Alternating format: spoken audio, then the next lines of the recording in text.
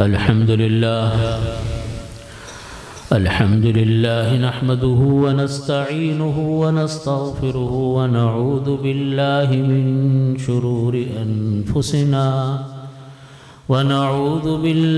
من شرور أنفسنا ومن سيئات أعمالنا من يهده الله فلا مضل له ومن يضلله فلا هادي له وأشهد أن لا إله إلا الله وحده لا شريك له وأشهد أن سيدنا وسندنا ومولانا محمدا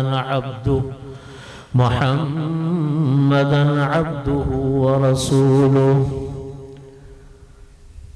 وقال الله تعالى في القرآن المجيد وفرقان الحميد: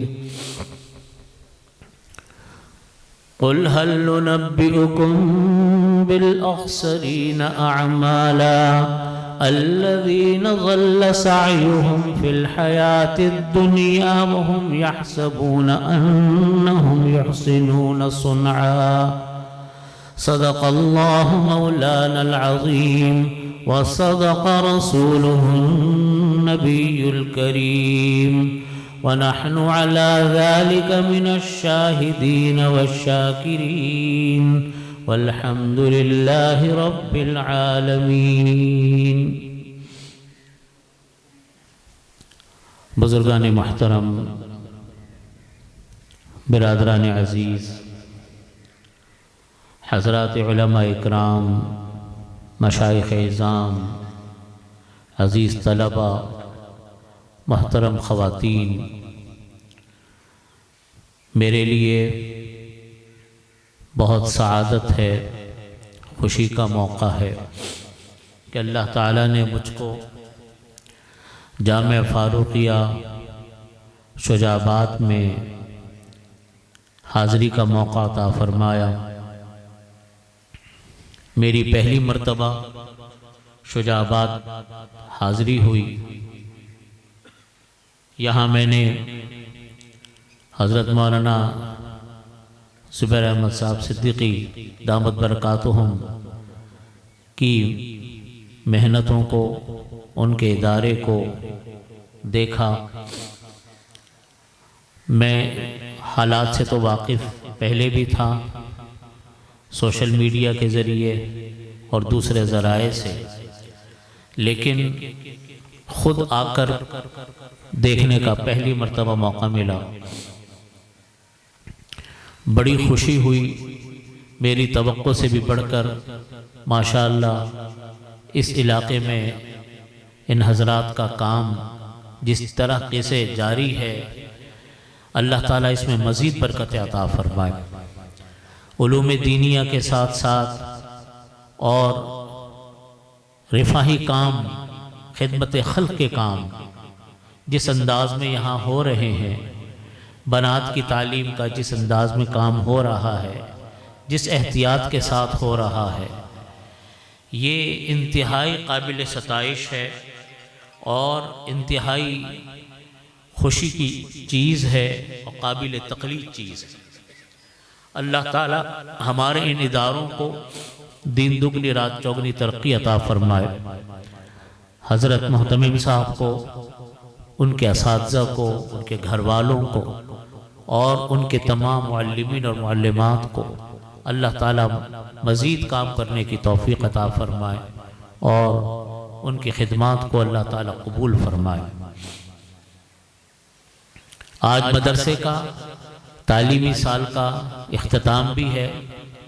صحیح بخاری شریف آپ حضرات کے سامنے ہے، اس کا ختم ہے.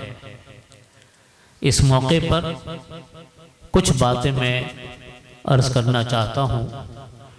اتنے بڑے بڑے اکابر علماء کرام کی موجودگی میں مجھ جیسا طالب علم کی لب کشائی بڑا مشکل کام معلوم ہوتا ہے، لیکن حضرت مولانا زبیر احمد صدیقی صاحب دامت برکاتہم کا حکم ہے، اس لیے کچھ باتیں عرض کرتا ہوں آپ کے سامنے. قرآن پاک کی میں نے یہ آیت تلاوت کی، قُلْ هَلْ نُنَبِّئُكُمْ بِالْأَخْسَرِينَ أَعْمَالًا۔ اللہ رب العزت فرما رہے ہیں نبی صلی اللہ علیہ وسلم آپ فرما دیجئے، کیا میں نہ بتلاؤں آپ کو کہ اعمال کے لحاظ سے کون انسان خسارے میں ہوگا روز آخرت میں؟ کون انسان وہ ہوگا جس کے اعمال اکارت بنا دیے جائیں گے، ضائع ہو جائیں گے؟ الذین ضل سعیہم فی الحیات الدنیا، یہ وہ لوگ ہوں گے جن کی دنیا کی محنت ضائع ہو چکی۔ الذین ضل سعیہم فی الحیات الدنیا، جن کی دنیا کی محنتیں ضائع ہو گئیں، وَهُمْ يَحْسَبُونَ أَنَّهُمْ يُحْسِنُونَ صُنْعًا، اور وہ یہ سمجھتے رہیں گے کہ ہم بہت اچھے کام کر رہے ہیں۔ وہ اسی غلط فہمی کا شکار رہیں گے کہ ہم نے کام بہت اچھے کیے، لیکن اللہ کی بارگاہ میں ان کے کاموں کی ایک رتی ماشے کے برابر بھی کوئی قیمت نہیں ہے۔ یہ وہ لوگ ہیں جن کی دنیا کی زندگی برباد ہو گئی۔ یہ ہم سب کو اپنے جائزہ لینے کے لیے یہ آیت ہے کہ ہم میں سے ہر شخص، ہر انسان اپنا جائزہ لے کہ کہیں ہم ایسے راستے پہ تو نہیں چل رہے ہیں جس کی اللہ کے ہاں کوئی قدر و قیمت نہیں۔ اللہ تعالیٰ ہمارے اعمال کو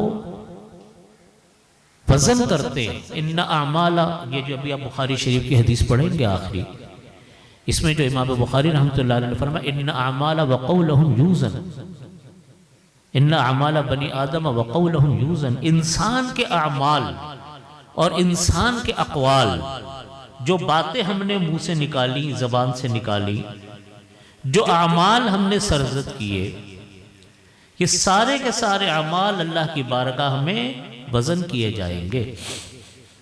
ان اعمال بنی آدم وقولہم، ان کے اعمال بھی، ان کی باتیں بھی وزن ہوں گی۔ جس کا وزن زیادہ ہوگا، اللہ تعالیٰ کے ہاں کثرت نہیں ہوتی، اصل وزن ہوتا ہے کہ اعمال میں وزن کتنا ہے۔ جس کا عمل زیادہ وزنی ہوگا اس کا بیڑا پار ہوگا۔ بعض اعمال کے بارے میں لکھا روایات میں کہ بعض حضرات کے اعمال اس طریقے سے ہوں گے کہ ایک صرف کلمہ لا الہ الا اللہ رکھا جائے گا، پورا نامہ اعمال اس کا جھک جائے گا۔ نبی کریم صلی اللہ علیہ وسلم کے پاس ایک چرواہے آئے، کسی غزوے کے موقع پر آپ صلی اللہ علیہ وسلم، نبی کریم صلی اللہ علیہ وسلم کے پاس ایک غزوے کے موقع پر، غالباً غزوہ خیبر تھا، اس موقع پر ایک چرواہے آئے۔ وہ چرواہے کون تھے؟ وہ چرواہے دیکھتے تھے کہ ایک آدمی ہے، ان کے پیچھے ساری دنیا ہے، ہر کوئی ان کے آگے پیچھے ہے۔ تو انہوں نے کسی سے پوچھا کہ یہ کون ہے؟ تو لوگوں نے بتایا کہ یہ اللہ کے نبی ہیں صلی اللہ علیہ وسلم۔ انہوں نے کہا میں ملنا چاہتا ہوں۔ وہ گئے تو آپ صلی اللہ علیہ وسلم چٹائی پر لیٹے ہوئے اور سر کے نیچے آپ کے پتھر رکھا ہوا تھا۔ یہ دیکھ کے دنگ رہ گئے کہ جس کے پیچھے اتنی دنیا ہے وہ اتنا سادہ انسان بھی ہو سکتا ہے۔ خیر بات کی، دل متوجہ ہوا اور کلمہ پڑھ لیا۔ نبی کریم صلی اللہ علیہ وسلم سے انہوں نے پوچھا کہ میں نے کلمہ تو پڑھ لیا، اب آپ بتائیں میں کیا کروں؟ آپ نے فرمایا کہ اس وقت کوئی اور عمل تو ایسا ہے نہیں، ابھی نماز کا وقت نہیں ہے کہ میں آپ کو نماز کا کہوں، رمضان ہے ہی نہیں کہ روزے کا کہوں، حج کے ایام ہیں نہیں، زکوٰۃ آپ کے اوپر فرض نہیں ہے، ابھی تو بس یہ ہو رہا ہے کہ جہاد ہو رہا ہے، آپ جہاد میں شامل ہو جائیں۔ لیکن جب وہ جانے لگے آپ نے کہا کہ آپ بکریاں چراتے ہو؟ انہوں نے کہا کہ آپ جو بکریاں جن کی چراتے ہو وہ واپس کر کے آؤ پہلے۔ انہوں نے کہا وہ یہودیوں کی، آپ نے کہا پھر بھی واپس کر کے آؤ۔ خیر وہ یہودیوں کی بکریاں واپس کرنے گئے. اس سے یہ بات پتہ چلتی ہے کہ غیر مسلموں کے مال کا تحفظ بھی اسلام میں ضروری ہے. یہ نہیں ہے کہ غیر مسلم ہے تو اس کے مال کو ضائع کر دو، تباہ کر دو، برباد کر دو، جیسے آج کل ہمارے آتا ذہن ہے. آپ نے واپس کروایا یہودیوں کا مال اور ان کو جہاد میں روانہ کیا. تو انہوں نے جاتے ہوئے پوچھا کہ اگر میں جہاد میں گیا تو میرے ساتھ کیا ہوگا لڑائی میں؟ آپ نے فرمایا کہ اگر تم شہید ہو گئے تو جنت میں جاؤ گے، واپس آؤ گے تو غازی ہو گے، ہمارے بھائی ہو گئے.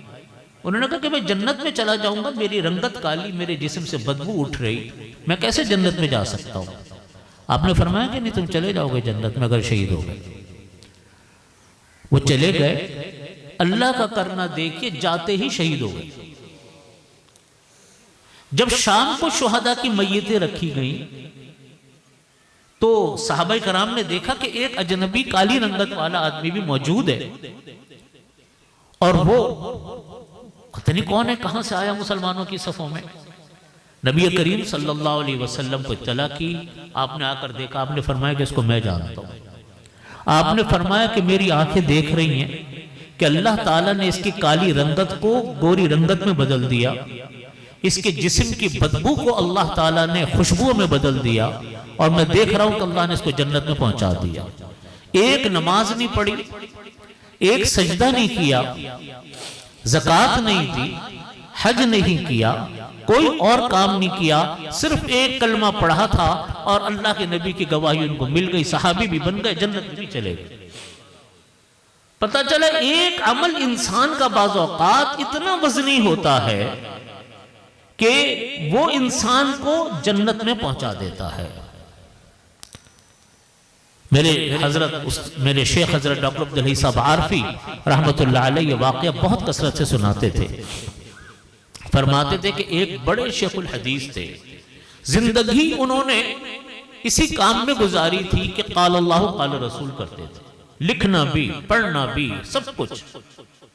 جب ان کا انتقال ہوا، کسی نے ان کے شاگردوں میں سے کسی نے ان کو خواب میں دیکھا اور پوچھا کہ شیخ آپ کے ساتھ اللہ نے معاملہ کیا کیا؟ فرمایا کہ میری تو اللہ نے بس بچت ہی ہو گئی میری. فرمایا کہ میرے سے اللہ نے یہ فرمایا تھا کہ تم نے کیا کیا میرے لیے؟ تو میں نے کہا کہ یا اللہ ساری زندگی حدیث شریف کی خدمت کی، پڑھا لکھا، لوگوں کو پڑھایا. آپ نے فرمایا، اللہ تعالیٰ نے فرمایا کہ یہ کام تم نے میرے لیے نہیں کیا تھا، یہ کام تم نے شہرت کے لیے کیا تھا. میں نے جیسا تم نے چاہا میں نے تمہیں ویسی شہرت دے دی دنیا میں، میرے لیے کوئی عمل نہیں. پھر اللہ تعالیٰ نے فرمایا کہ تمہارا ایک عمل ایسا تھا جو خالص میرے لیے تھا، اور وہ عمل یہ تھا کہ آپ حدیث لکھ رہے تھے. اس زمانے میں طباعت ہولڈر جیسے قلم ہوتے تھے سیاہی والے، ڈبو ڈبو کر لکھنے والے، وہ قلم تھا. اس میں سے ایک قطرہ گر گیا تھا، اور جب وہ قطرہ آپ کی اس کے اوپر گرا، کاغذ کے اوپر، آپ اس کو صاف کرنے لگے تو ایک مکھی آ کر بیٹھ گئی. اس مکھی نے اس کو سیاہی کو پینے لگی تو آپ رک گئے اور آپ نے کہا کہ یہ مکھی پیاسی، اس کو پینے دو. یہ عمل آپ نے میرے لیے کیا، اللہ کی مخلوق پر رحم کیا، میں آپ پر رحم کرتا ہوں، اس بنیاد پر میری مغفرت ہوئی. تو پتہ چلا کہ اللہ کی بارگاہ میں کوئی عمل جو خالصتاً اللہ کے لیے ہو وہ اتنا وزنی بعض اوقات ہو جاتا ہے کہ سارے اعمال ختم ہو جاتے ہیں، وہ ایک عمل اللہ کی بارگاہ میں قابل قبول ہو جاتا ہے. قابل قبول اور وزنی اعمال کس طریقے سے ہوتے ہیں؟ وہ دو شرطوں کے ساتھ وزنی اعمال ہوتے ہیں. ایک عمل میں وزن ہوتا ہے نیت کے ساتھ. اگر نیت خالص اللہ کے لیے ہو تو اللہ تعالیٰ اس عمل کے اندر برکت عطا فرماتے ہیں، اس عمل کو اللہ وزنی بناتے ہیں. اور نیت کو ہم لوگ سمجھتے ہیں معمولی چیز ہے.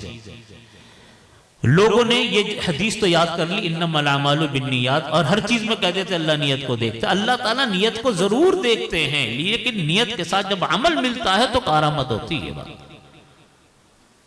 نیت جو ہے یہ بڑی اہم چیز ہوتی ہے.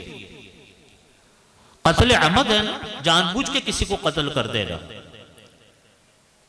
کتنا بڑا گناہ ہے، اتنا بڑا گناہ ہے کہ کوئی انسان کسی انسان کو قتل کر دے تو قرآن پاک میں اللہ تعالیٰ نے بہت اس کے وعید فرمائی کہ ہمیشہ جہنم میں رہے گا، اللہ کا غضب اس کے اوپر، اللہ کی لعنت اس کے اوپر، اور قصاص میں اس کو قتل کیا جاتا ہے۔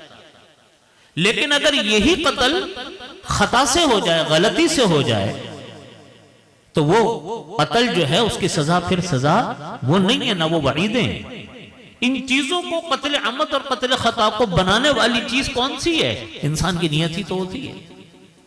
یہ نیت ہے انسان کی کہ جی میں نے جان بوجھ کر نہیں مارا، غلطی سے گولی چل گئی تھی میری، میں نے کسی کو جان بوجھ کر ٹکر نہیں ماری، میری گاڑی کا اچانک ایکسیڈنٹ ہو گیا تھا۔ یہ انسان کی نیت بڑی وزنی چیز ہوتی ہے، یہ انسان کو، انسان کے عمل کو غیر اللہ سے ممتاز کرنے والی چیز ہے۔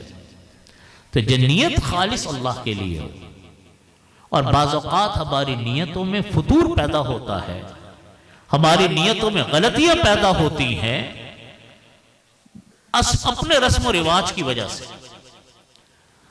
مثال کے طور پہ حدیث شریف میں فرمایا نبی کریم صلی اللہ علیہ وسلم نے کہ جب انسان کسی کی عیادت کرنے جاتا ہے تو وہ جنت کے باغوں میں سے ایک باغ میں ہوتا ہے جتنی دیر وہ عیادت کرتا ہے۔ فرمایا کہ ملائکہ اس کے لیے رحمت کی دعائیں کرتے ہیں جب تک وہ واپس نہیں آ جاتا۔ کتنا بڑا اجر و ثواب، اور بھی بہت اجر و ثواب اس کے بیان فرمایا۔ لیکن ہم جب جاتے ہیں کسی کی عیادت کرنے کے لیے تو کیا نیت ہو جاتی ہے ہماری کہ جی ہم نہیں جائیں گے، برا لگے گا، خاندان کے سارے لوگوں نے اس کو آ کر پوچھ لیا، ہم نے تو اس کو پوچھا ہی نہیں، وہ ہمارے ہاں عیادت کرنے آیا تھا، ہم تو اس کے ہاں گئے نہیں۔ اسی طرح تعزیت میں، یہی حال شادیوں میں، تقریبات میں، یہ نیت لے کر جانا کہ جی نہیں جائیں گے تو بڑی شکایت ہوگی، وہ تو ہمارا قریبی رشتہ ہے، وہ تو ہمارے ہر شادی میں آیا۔ ہمارے حضرت فرماتے تھے، حضرت ڈاکٹر عبدالعزیز صاحب عارفی رحمۃ اللہ علیہ فرماتے تھے کہ بھئی جب شادی میں جاؤ، ان صلاتی و نسکی و محیایا و مماتی للہ رب العالمین، میرے جینا، میرا مرنا، میری عبادتیں سب اللہ رب العزت کے لیے ہیں۔ فرماتے تھے شادی میں جاؤ یہ نیت لے کر مت جاؤ کہ وہ جاؤں گا، نہیں جاؤں گا تو ناراض ہوگا، شکایت ہو جائے گی، یا وہ آیا تھا اور ہم نہیں جائیں گے تو برا لگے گا۔ فرماتے یہ نیت لے کر جایا کرو کہ میں اس لیے جا رہا ہوں کہ میرے بھائی کے گھر میں خوشی ہے، شادی کا موقع ہے، خوشی کا موقع ہے، اس لیے جاؤ۔ مسلمان کا دل خوش کرنا یہ ادخال السرور فی قلب المؤمن، مسلمان کے دل میں خوشی داخل کرنا عظیم ترین عبادتوں میں سے ایک عبادت ہے، اس لیے جاؤ۔ اس نے دعوت دی، اس لیے جاؤ۔ اب دیکھیے نقطہ نظر ہی تو ہے نا، نقطہ نظر ہی کا تو فرق ہے، اور کیا ہے۔ ہمارے حضرت فرماتے تھے زاویہ نگاہ کی تبدیلی ایک غیر عبادت کو عبادت بنا دیتی ہے، زاویہ نگاہ کی تبدیلی۔ تو یہ نیت ایسی چیز ہے، نیت ایسی چیز ہے کہ انسان کے بعض اوقات بیکار اعمال کو بھی وہ نیک اعمال میں داخل کر دیتی ہے۔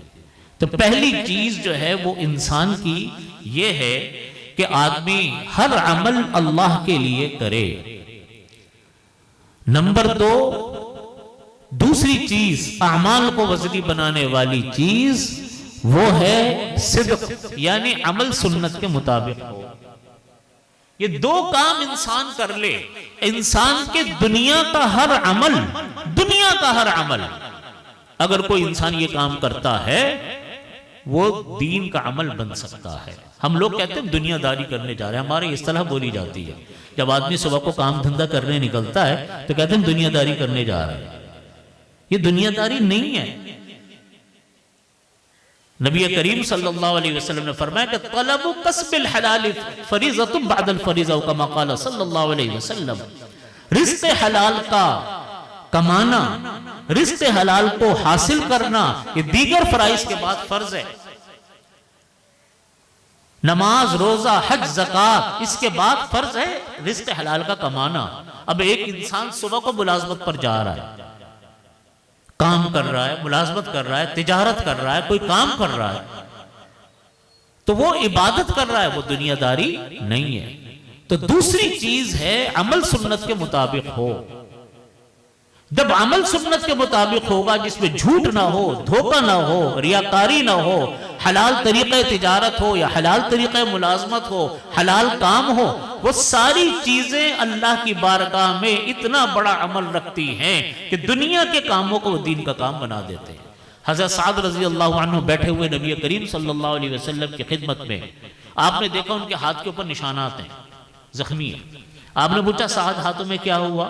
کہا یا رسول اللہ صبح کو جاتا ہوں، کام کرتا ہوں، محنت مزدوری کرتا ہوں، ہاتھ زخمی ہو جاتا ہوں۔ آپ نے حضرت سعد کے ہاتھ کو پکڑ کر اپنے ہونٹوں سے لگا کے پیار کیا، فرمایا کہ سعد، جو انسان صبح کو محنت مزدوری کرنے جاتا ہے اور شام کو تھکا ہارا واپس آتا ہے، اللہ تعالیٰ اس انسان کے سارے گناہوں کو معاف فرما دیتے ہیں۔ شرط یہی دو ہیں جو میں نے عرض کیا آپ کے ساتھ۔ آپ یقین مانیے، ہم اگر ہر وقت اپنی نیت کو مستحضر رکھیں اور ہر چیز میں یہ دیکھ رکھیں کہ اللہ نے اس کام کو ہمارے لیے کیا بنایا، حلال بنایا، سنت کے مطابق ہے، ہم دنیا کے ہر کام کو دین کا کام بنا سکتے ہیں۔ شادی کی تقریبات ہوں، وہ دین کا کام بن سکتی ہیں، ملازمتیں ہوں، دین کا کام ہے، تجارت ہو، دین کا کام ہے، کہیں گھومنا پھرنا ہو، دین کا کام ہے۔ ہر چیز کے اندر انسان یہ نیت کرے کہ میرا یہ کام اللہ کے لیے ہے، بچوں کے لیے ہے، گھر والوں کے لیے ہے، سنت کے مطابق ہے، ہر چیز دین کا کام بن سکتی ہے۔ اسی دو اعمال کی وجہ سے انسان کے عمل کے اندر وزن پیدا ہوتا ہے، انہی دو اعمال کے اندر چیزوں سے وزن پیدا ہوتا ہے۔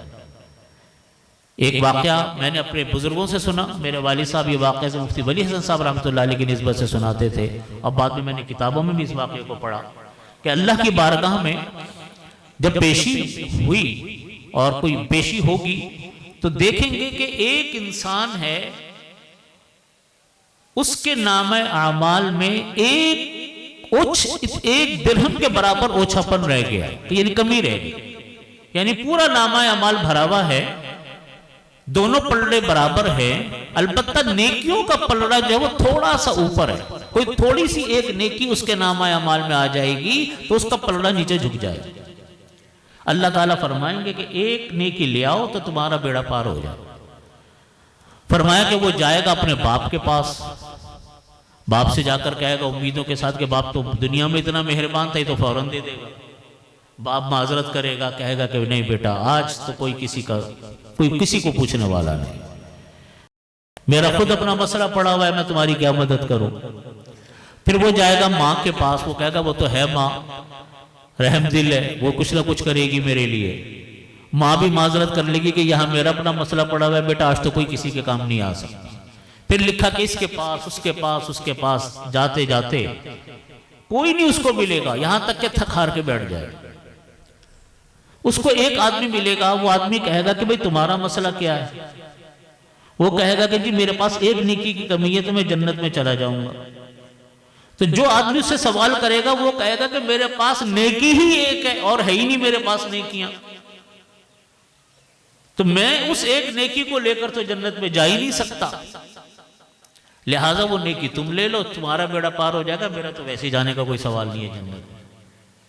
اللہ کی بارگاہ میں خوشی خوشی جائے گا وہ نیکی لے کر، اور نیکی لے کر وہ جب اللہ کے پاس پہنچے گا، اللہ کو تو پتہ سب کچھ ہے، اللہ تعالیٰ پوچھیں گے بھئی آج کے دن اتنا سخی کہاں سے آیا جس نے تمہیں ایک نیکی ہدیہ کر دی؟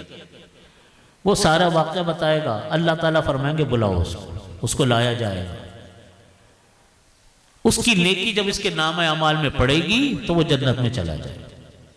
اللہ تعالیٰ اس کو فرمائیں گے کہ تمہارے پاس ایک ہی نیکی تھی، تم نے آج میری مخلوق پر رحم کیا، میں تمہارے اوپر رحم کرتا ہوں، میں تمہیں بھی جنت میں بھیجتا ہوں۔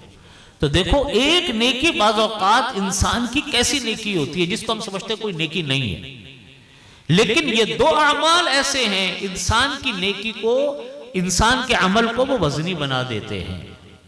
کچھ چیزیں وہ ہیں جو انسان کے نامہ اعمال کو مٹا دیتی ہیں، ختم کر دیتی ہیں۔ جہاں نامہ اعمال کو وزنی بنایا جاتا ہے ہمیں ان چیزوں سے بچنے کی بھی ضرورت ہے جو نامہ اعمال کو مٹا دے۔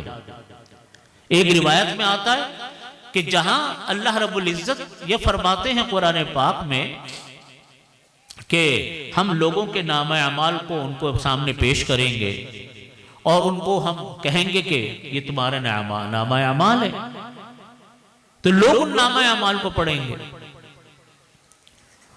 اپنے نام اعمال کو دیکھیں گے۔ جب اپنے نام اعمال کو دیکھیں گے تو لوگ اللہ تعالیٰ سے یہ کہیں گے کہ یا اللہ اس میں تو ہمارے بڑے بڑے عمل غائب ہیں، جو ہم نے نیکیوں کے اعمال کیے تھے وہ غائب ہیں۔ اللہ تعالیٰ فرمائیں گے کہ وہ نیکیاں تمہاری ہم نے لکھی تھی لیکن تم غیبت کیا کرتے تھے، اس وجہ سے ان نیکیوں کو مٹا دیا گیا۔ غیبت کیا کرتے تھے۔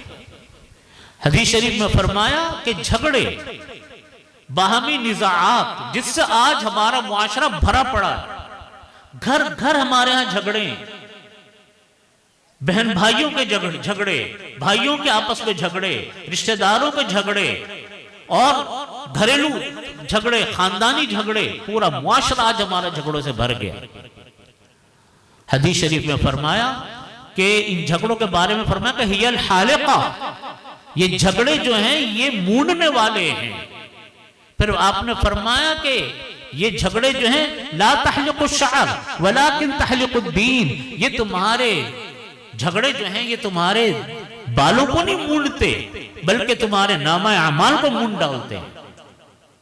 قرآن کریم میں اللہ نے اسی لیے فرمایا انما المؤمنون اخوہ فاصلحوا بین اخویکم واتقوا اللہ لعلکم ترحمون، تم سب آپس میں بھائی ہو، تمام مومن بھائی بھائی ہیں۔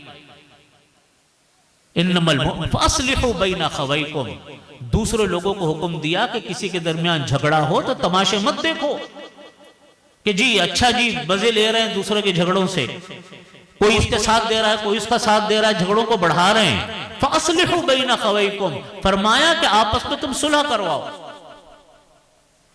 وَاتَّقُوا اللَّهَ، ڈرو اللہ سے، کہیں ایسا نہ ہو کہ اللہ تعالیٰ تمہارے ان جھگڑوں سے ناراض ہو جائے، لَعَلَّكُمْ تُرْحَمُونَ، شاید کہ تم پر رحم کیا جائے۔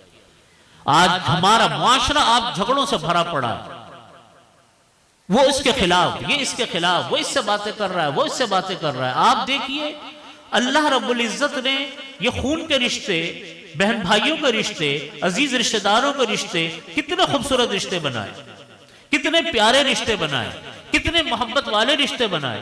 انسان کا مسئلہ، سب سے بڑا مسئلہ انسان ہے، انسان کو تکلیف انسان سے ہی پہنچتی ہے، اور انسان کے مسائل کا حل بھی انسانی ہے، کوئی دوسرا نہیں ہے، حل بھی انسان ہے۔ آپ دیکھیے اللہ تعالیٰ نے رشتے ایسے بنائے، آپ کسی سے بھی مل لیں، لیکن جو خوشی انسان کو اپنے عزیزوں سے مل کر ہوتی ہے وہ کسی اور چیز سے نہیں ہوتی۔ میرے ایک دوست ہیں، باہر رہتے ہیں، امریکہ میں رہتے ہیں، وہ میرے سے ایک مرتبہ کہنے لگے، کہہ رہے تم جو اپنے عزیزوں سے ملتے ہو، رشتہ داروں سے ملتے ہو کراچی میں، اپنے خاندانوں میں آتے جاتے ہو، یہ ٹونک ہیں۔ مجھے ان کی بات سمجھ میں نہیں آئی۔ میں نے کہا کیا مطلب ہے ٹونک ہے؟ کہنے لگا کہ طاقت کی چیزیں ہیں، جیسے خمیرے اور ٹونک پی کے انسان کو طاقت حاصل ہوتی ہے، اس طریقے سے یہ اپنے عزیز رشتہ دار ہیں، ان سے مل کر طاقت حاصل ہوتی ہے۔ کہہ رہے تمہیں قدر نہیں ہے، تم ہر وقت ملتے ہو، اپنے شہر میں رہتے ہو، ہم دیار غیر میں رہتے ہیں، ہمارے پاس تو کوئی ملنے ہی نہیں آتا، ہم سے پوچھو کہ ان کی محبت کی کیا ہوتی ہے۔ وہ بہن بھائی جو آپس میں ساتھ کھیلتے تھے، ایک ماں باپ کی آغوش میں پرورش پائی، ہم نوالا ہم پیالہ، ساتھ کھیلنے والے، ساتھ ہنسنے بولنے والے، ایک وقت آتا ہے کہ آپس میں ایک دوسرے کے پیاسے ہو جاتے ہیں، ایک دوسرے کے خون کے پیاسے، ایک دوسرے کے رنجشیں ان کے اندر گھس جاتی ہیں۔ وہ رشتہ دار جو لڑائی، جن کے درمیان محبتیں تھیں، ایک وقت آتا ہے کہ ایک دوسرے کے سے دشمنیاں اتنی ہو گئی کہ نفرتوں سے بھر گئے۔ یہ نفرتیں کہاں سے پیدا ہو رہی ہیں؟ یہ نفرتیں ہمارے نام اعمال کو ختم کر ڈالتی ہیں۔ نبی کریم صلی اللہ علیہ وسلم کی بارگاہ میں انسان کے نام اعمال ہر جمعرات پیر کو پیش کیے جاتے ہیں۔